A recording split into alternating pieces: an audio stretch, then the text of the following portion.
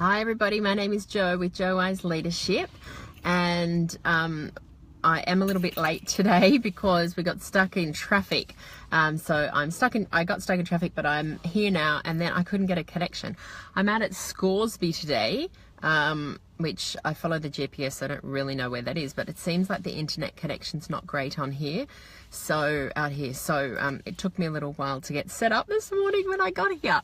So anyway, I wanted to get into it this morning. Today we're talking about boundaries, but I want to be really clear on my intention today about this video, because boundaries is something that affects so many people, and it comes up as a conversation quite often when I'm working with people in leadership and in their careers, also within our own lives as well, and I'll share some stories around both of those areas today. So I wanted to get really clear on what we want to cover today, because it's a really big topic, and we're going to do it pretty express. We're going to do it pretty quick, so quite concentrated. We're going to be speaking about like what boundaries are, and quite often there's sort of a perception that boundaries lead to restriction, but it's actually the opposite. So I'm going to explain that. Also, how you know if you need to be tweaking or strengthening your boundaries, and then how to do that. And then finally, we're going to wrap up with how to maintain that, because I believe for most people that's quite often the most challenging part. Hi Stephanie, nice to see you this morning. So just say hi when you come on. So let's get kicked off with that. So to start with, I remember speaking about boundaries in a leadership training that I did many years ago. And just so you know, yes, I am in the car. I did have these great ideas of finding a nice park, but there's not so many out here at Scoresby, and I was a bit late. So I did this training many years ago, a leadership training, and we were talking about boundaries. And I remember when I was co-training with somebody else, and I remember the co-trainer said, when we started to talk about boundaries, he said, look, if you were to put a bunch of like sort of 8 to 10-year-old kids in the middle of a really, really, really busy roundabout that had trucks and cars going everywhere. Now, just so you know, this is not like, I haven't actually done this, so it's not a safety issue. But just imagine if you whacked a whole bunch of kids, you know, that sort of 8 to 10-year-olds, so where they're old enough to have fear, but not necessarily completely understand it. And you put these kids in the middle of a really busy roundabout with no fences, no restrictions, no boundaries at all. What will the kids do? And apparently what the kids actually do is they really go tight in the middle. So they suck right in, right tight to the middle, because there's a lot of danger, there's a lot of stuff going on, and so they can't utilize the area. They just really stick to the center. However, if in that same situation, you had a whole bunch of kids, you put them on a busy roundabout, but you put a really solid fence, a really solid boundary around that roundabout, then suddenly the kids know where the safety zone is, they know where they can move, and they can play within that whole area. So that's a really, really great example of how boundaries work.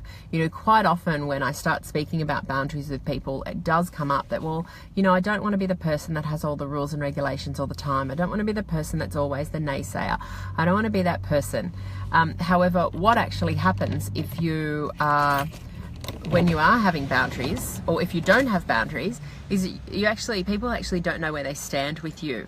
And quite often it can lead to a bit of frustration, anger, resentment with yourself, because people aren't clear on what your boundaries are. So people are always going to push you further than you want to be pushed. So boundaries actually lead to more freedom, way more freedom, as opposed to restriction. So let's just get that out of the way straight away, because it's really important for us to recognize that's not only more beneficial for us to have really clear boundaries, but also the people around us. At least they know where they stand then. At least they know the areas where they're going to try and push you, and they're going to know the areas you're willing to compromise on or not. So when we're really clear on our boundaries and we can communicate those in an effective way to others, everyone knows where they stand. Yeah? So boundaries lead to freedom. Point 1. The second point here is, how do you know if you need boundaries, or how do you know if your boundaries need strengthening? Well, look, the areas when I'm working with my boundaries, or if I'm having a lack of boundaries, the way this normally comes up for me is I'm generally starting to, like, for me, it comes up a lot with my time. I'm one of these people that's quite often busy, and I choose that. But when I start to get a bit like flustered around my busyness, I get a bit frustrated with other people. And when that builds up, it can actually lead to quite a bit of resentment towards other people or situations. That's when I know that I haven't been active with my boundaries, I haven't been clear with my boundaries, or maybe I haven't even been maintaining my boundaries. Good morning, Tatiana, nice to see you this morning. So that's what that's about. So that's how I know if my boundaries need a tweak, need a strengthen, need for me to look at, because I start to feel these things inside of me.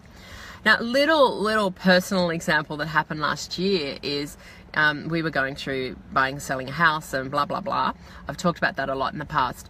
And my partner had a really busy time. He was in a really busy time and working longer hours at work. And now I've created my work time so that I pick up our sons from school most days. So then we hang out and play in the afternoon. And so it just works out that it's actually easier for me to cook dinner most nights through the week. And sort of in this busy time last year, I started to get really quite frustrated, really bored with the cooking. And then it got to a stage where I was like getting really quite resentful at having to cook dinner every night. We started to eat out a heap, like a couple of times a week. And then I actually called myself on it and went, well, hang on, I haven't had a discussion with anyone about this. I haven't communicated with anyone about this. I'm going to have that conversation. So I recognized that I hadn't set boundaries around what was working for me with cooking dinner at home. And so obviously nobody knew, and it was time for me to set some clear boundaries and to communicate those and then maintain them. So what I actually did was I had a chat with my partner and said, hey, listen, this whole dinner thing's boring the crap out of me at the moment. I'm getting really frustrated with having to cook every night. What can we do? We had a bit of a chat about it, and I just decided that, you know what, if I can cook Monday to Thursday nights, most nights if I'm around with work, then that works out pretty well if you take care of the rest. So we kind of split the week up and communicated that, and then goodness me, it worked, and all the frustration stopped, all of the resentment stopped, all of the boredom stopped. Wow. Yeah. And all I needed to do was to look a bit closer at why I was feeling these things, and do something about it. Yeah. So that's how the lack of boundaries worked out for me last year. And also speaking to clients around feeling of frustrations around work hours is something that's come up a bit lately. And I was interviewed somebody interviewed me for a Women in International Women's Day interview yesterday, which is the article's just come out today, and it's something that came up in that as well. But when quite often we'll be speaking to people in leadership training or in coaching where they'll be really quite resentful and pissed off about their work hours. You know, I'm expected to work 24/7, and one of the things I always call them on is like, really, is that in your contract that you have to do that? And when they look at it, or most people already know, well, it's not in my contract, it's just the expectation that has actually never been communicated. It's just some stuff that you made up. Now, there certainly are positions where people have to work 24/7, but you know, one of my clients does that. Like, she's on call 24/7, and she's paid to do that activity. But for everybody else that's getting a bit, you know, frustrated, annoyed and resentful about these long working hours, a lot of the time they've taken on those expectations because maybe the person that did that role before them did that and that was okay for them, or we've made up in our own minds that this is just what everyone else does. However, every single time that the person that's feeling the frustration and annoyance about work hours speaks to their manager or even their, you know, the other leaders on the management team about their working hours, quite often it's like, well, just do what works for you as long as you get your job done. There's no expectation for you to have the work hours like that. So that's another area that this lack of boundaries comes up in a lot. So then what do you do if you need to set your boundaries? Well, you get really clear on how you want it to work out. Good morning, Sarah. Nice to see you. You get really clear on how you want it to play out. What's an ideal situation? What's a perfect situation around this?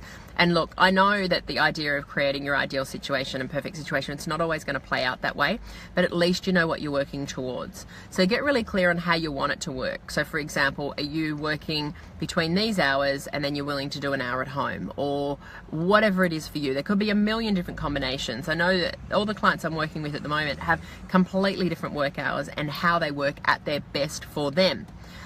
However, if you don't get clear on what it is you want or need, then how is anyone else expected to know? So, how do you set boundaries? You get clear on what you want, and then you start communicating that. You can't just magically imagine that people are going to know you've changed your work hours after you have taught them, which is effectively what you've done, until now, what the rules are. And those rules may have been free for all, I'm always available, do whatever you want and I'll get it done for you. Yeah? Lots of love coming in this morning. Thank you very much. So, how do you set your boundaries? You get clear on what you want, and then you communicate it to everybody that needs communicating it to. Now, you might get some pushback from this because guess what? You've taught them you're acting in a particular way, and then now you're changing the rules. So sometimes communicating something once isn't enough. So keep communicating it, keep communicating it, keep communicating it, okay? So you set your boundaries by getting clear on what you want and then communicating it clearly as many times as necessary over as long period as necessary until people actually get it, yeah? So that's how you set up your boundaries. Then, how do you maintain your boundaries? Because a lot of people find that it's the maintaining the boundaries that causes some of the biggest frustration with them.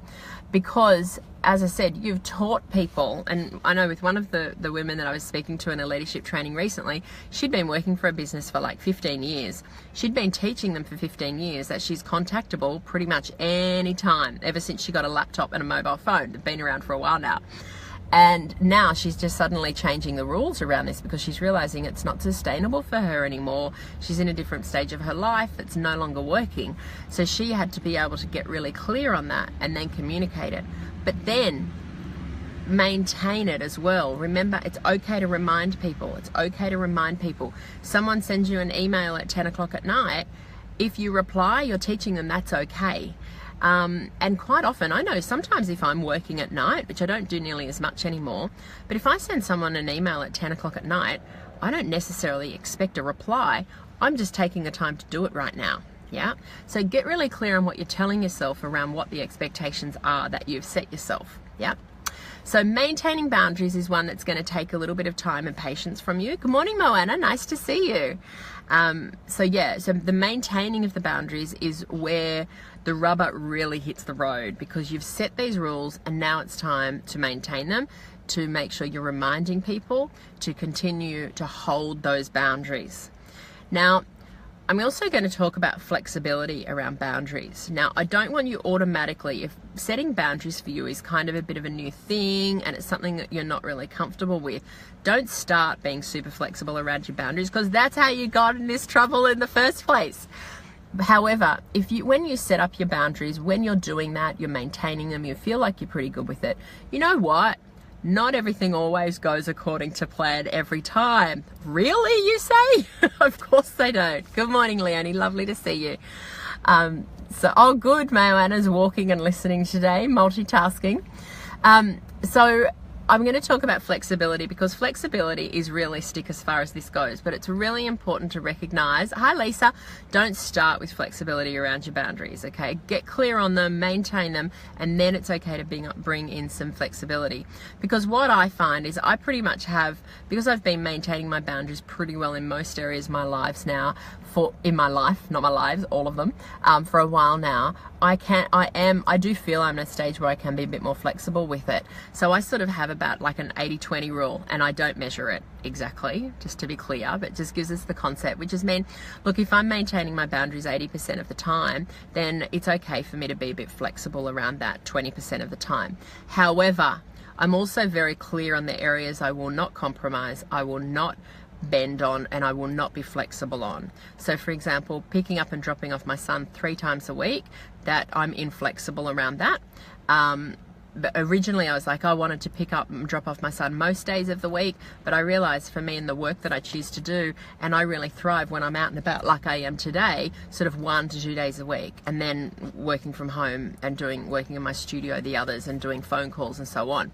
So that's something that I don't compromise on. And he's in grade 2 now, so he's been in school for 3 years, and I've never been flexible on that. So it means that if I get a training gig and I've already got my day booked that week, then I'll do it another week. So and it makes our life so easy, or so much more easy, when we're clear on what it is that we're willing to compromise and not willing to compromise on.